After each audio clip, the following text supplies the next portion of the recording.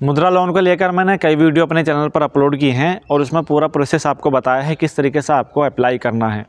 तो अप्लाई करने के बाद जो प्रोसेस होता है उसमें कुछ प्रॉब्लम आती है आप लोगों को, और आपके कमेंट मैंने पढ़े, किसी की एप्लीकेशन कहीं पर रुक जाती है और किसी को एप्लीकेशन डिलीट करनी होती है। तो इस वीडियो में मैं आपको बहुत ही इम्पोर्टेंट जानकारी देने वाला हूं कि किन मिस्टेक को अवॉइड करना है आपको मुद्रा लोन अप्लाई करते टाइम। जो गलतियां आप कर रहे हो उन्हीं गलतियों की वजह से आपकी जो एप्लीकेशन है वो रिजेक्ट हो जाती है या बीच में कहीं प्रोसेस जो है रुक जाता है। तो इस वीडियो को पूरा देखिएगा स्किप किए बिना, और वीडियो को लाइक ज़रूर कर देना।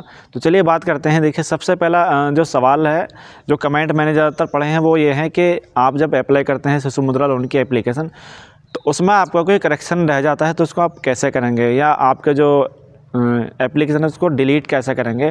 क्या उस एप्लीकेशन को डिलीट कर सकते हैं या एडिट कर सकते हैं? तो इसका जवाब ये है कि जब आप कोई एप्लीकेशन अप्लाई करते हैं मुद्रा लोन को लेकर और उसमें आपकी DOB वगैरह या कोई नाम मिसमैच आता है, तो वो आपका जो DOB है और आपका जो नाम है वो बैंक के रिकॉर्ड के अनुसार वहाँ से उठाता है। तो देखिए, जब आप एप्लीकेशन अप्लाई करते हैं तो आपका जो भी रिकॉर्ड है, आपकी DOB और आपका नेम, आपका पैन नंबर या आपका मोबाइल नंबर जो बैंक में होता है वहीं से वो सिस्टम से उठाता है आपकी डिटेल्स। अब उसमें आपकी DOB 1-2 साल कम बढ़ती हो सकती है और आपके आधार कार्ड में कुछ और आपने करेक्शन कराई होगी, वो अलग हो सकती है। ये मैटर नहीं करता, बस आप अप्लाई कर सकते हैं उसको। लेकिन हाँ, अगर आगे चलकर आपको कोई प्रोसेस में प्रॉब्लम होती है, कोई दिक्कत आती है, तो उसको डिलीट करने का जो है वो प्रोसेस क्या है, ये भी मैं आपको बता देता हूँ। देखिए, तो अब बताता हूँ मैं आपको किस तरीके से अपनी एप्लीकेशन को डिलीट या एडिट कर सकते हैं।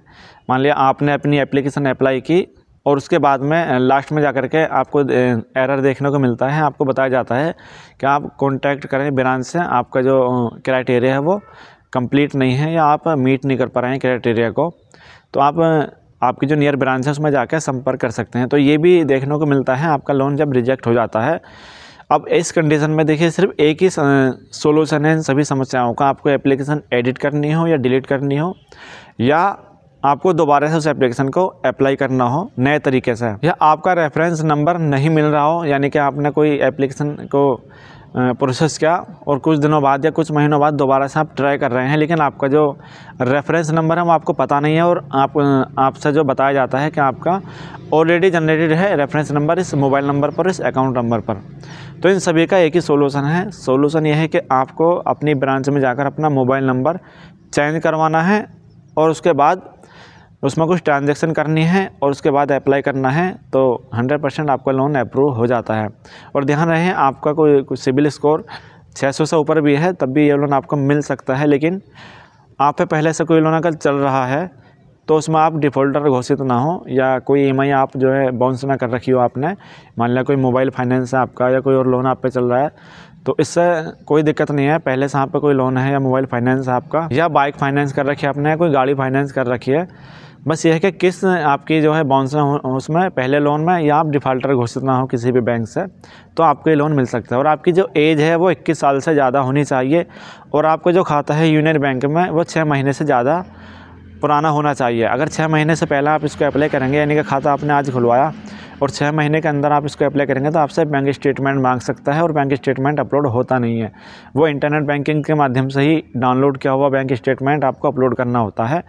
तो 6 महीने बाद दोबारा से आप इसको अप्लाई कर सकते हैं। और यदि आपकी एप्लीकेशन रिजेक्ट हो रही है बार बार, या आप दोबारा से नई एप्लीकेशन को अप्लाई करना चाहते हैं, तो एक ही सॉल्यूशन है इसका।